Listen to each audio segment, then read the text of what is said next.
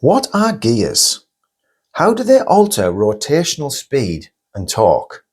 And how is this explained by the two silliest named quantities in physics? Here I have a gear, a toothed wheel. When the gear, or cog, is turned, its teeth apply a contact force to the teeth of a second gear, which also rotates. The two gears rotate in opposite directions. Different sized gears also change the speed of rotation. This minifigure is attached to a larger gear, and this one to a smaller gear. An idler gear of the same size is being used to make both minifigures turn in the same direction. The larger output or driven gear has 1.7 times more teeth than the smaller input or driver gear. We say the gear ratio is 1.7. This means that the smaller gear must be turned 1.7 times for the larger gear to rotate once. The fewer teeth a gear has, the faster it rotates.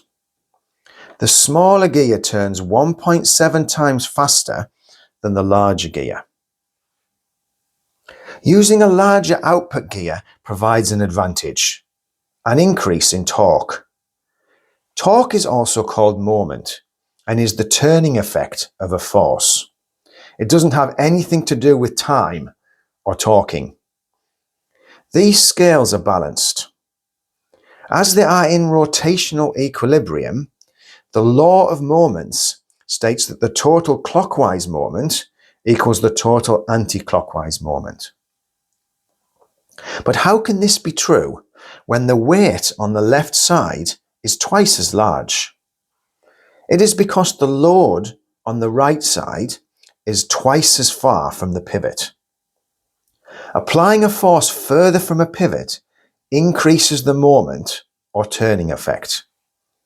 The turning effect of a wrench can be increased by applying the force to the lever further from the nut. In the same way, a larger diameter gear has teeth further from the pivot. The larger gear is in effect a longer lever, and so its torque increases by the gear ratio, in this case 1.7.